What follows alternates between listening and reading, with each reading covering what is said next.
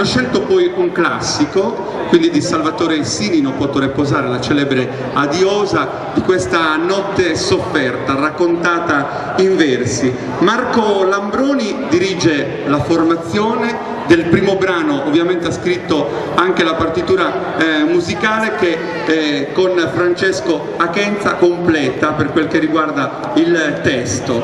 Uri è un centro che conosciamo tutti, da poco ovviamente ha rinnovato i festeggiamenti in occasione della sagra del Carciofo, un centro che produce e che produce anche attraverso le voci canto e questo sentimento che ci porta dentro la nostra cultura e la nostra lingua. Vedo che tutto è pronto, quindi saremo velocissimi anche tecnicamente. Un applauso al coro di Uri diretto da Marco Lambroni.